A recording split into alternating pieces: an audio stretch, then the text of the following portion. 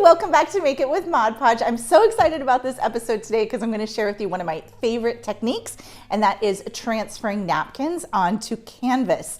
And today I'm going to be using a canvas zipper bag. You can grab these at the craft store or online. If you're doing a lot of these, you can even purchase them in bulk. We're going to be sewing elastic to them to create some really cool pencil bags that you can use with your day planner. I know everyone's trying to get organized, right? And keeping your goals and keeping track of all your dates. Well, this is going to be a cool bag where you can keep all your pins and all your supplies for your journaling.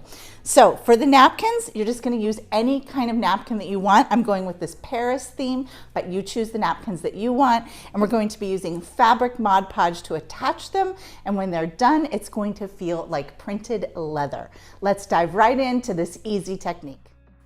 The first thing that we're going to do is separate our napkin plies. We're only going to be working with the top printed ply. Then to create a feathered edge, I'm just going to use some water and a detailed paintbrush.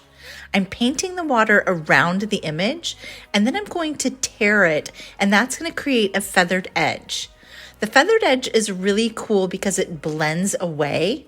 You could do a cutaway technique if you want, but you will have a hard edge line there. And for this, I wanted a little bit of a softer look.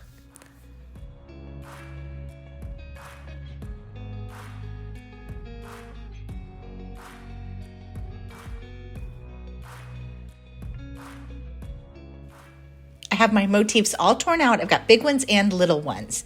I'm ready to attach to my canvas pouch. I'm using Fabric Mod Podge for this. This is a specific formula for fabric. So go ahead and lay out your design plan. And then we're going to just apply our Fabric Mod Podge directly to the canvas bag.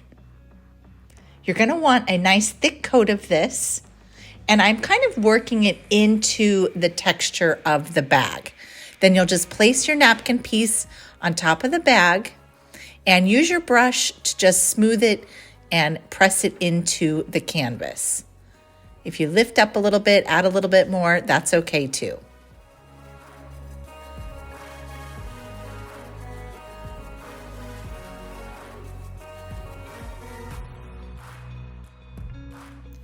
When you get to the edge, you can use scissors to trim away any that hangs over the side, and then press with your fingers. You can fill in the design with some smaller motifs. Now, once your entire design is finished, you're going to want to let this dry for about an hour or two before you sew. I'm just going to use some hand sewing needles and thread to attach our stretchy elastic. We're attaching it right along that side edge. I'm just doing a quick hand sew, just with some stitches back and forth, a running stitch. This is actually easier to hand sew than to use a machine, so it's a great beginner project. You could probably use some heavy duty fabric glue here, but I would worry over time that it would pull up. So once the one side is sewn, you're going to want to get a placement for the second side. So what I like to do is just place the pouch right on top of my notebook that I'm going to use it for, and then I wrap the elastic through to the inside, and then I just take a quick measurement. And then from there, we're just going to sew that into place along the other edge. Now that both sides are sewn, you can see how easily you can just slip this right onto a notebook or a journal, and now you have your pens and your pencils right at reach. A perfect little zipper pouch.